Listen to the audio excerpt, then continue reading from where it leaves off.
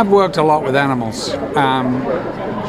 When I was a young actor in theatre, the director, as I was about to go on, it was a Treasure Island, he said, "Hey, we have a chimpanzee for the local zoo. Do you want to take it on?" I went, "What?" And he shoved it in my arms, and I took it on like I would like this, as a pirate with a patch. This chimpanzee turned round, pinched me, and then punched me. That was my introduction to working with animals. It only got a lot better, believe me. Oh, I worked with, in The Jerk there was a dog, but in Gypsy I had a little dog, and the dog knew her cues. At first she would indicate and she would want to go to the next person before the cue happened. But one afternoon we had a matinee and the handler had missed the cue, and the little dog was like running up the stairs to get on stage because she knew she was due up on stage. Oh, how sweet. Isn't that sweet?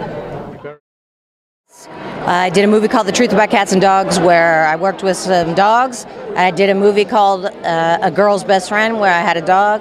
And then I did a movie called Dog Park where there was dogs. Is there any lesson you've learned that you can impart to other people? It's not nice. The animals don't enjoy working. It actually makes me feel guilty and terrible. They did not sign up for theatrical work, and I think they work them too hard. That's so my advice would be, is if you have a soft spot for animals, don't work with them because you're going to feel terrible about watching them work so hard.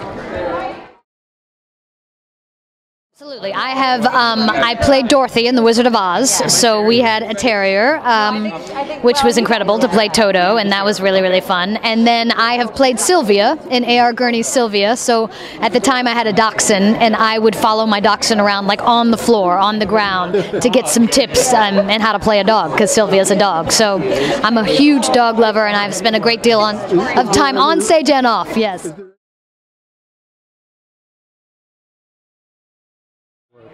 Oh my gosh, I use my cat all the time because I don't have any children, so the closest thing I have is my cat. So whenever I have to imagine, like, what would it be like to have a child, I think, oh, my cat. It's sad. It works. I mean, I guess actually that's also true of me. In character work, I have two dogs, and they're both very different and hilarious. Well, one's really deep and profound, and the other one is hilarious. And I use them both for different things, the way they look and the way they... Yeah, sometimes it's useful, but that's it. They're just the best. Well, I worked with one on stage when I was in high school doing a play, and it was a Lhasa Apso, which was the actual dog of my best friend, also in the play, and her mother was so thrilled the dog was going to be on stage. She shampooed him within an inch of his life, and he had such allergies and sniffed and sniffed and sneezed all through the play. Sneezed his little eyeball out.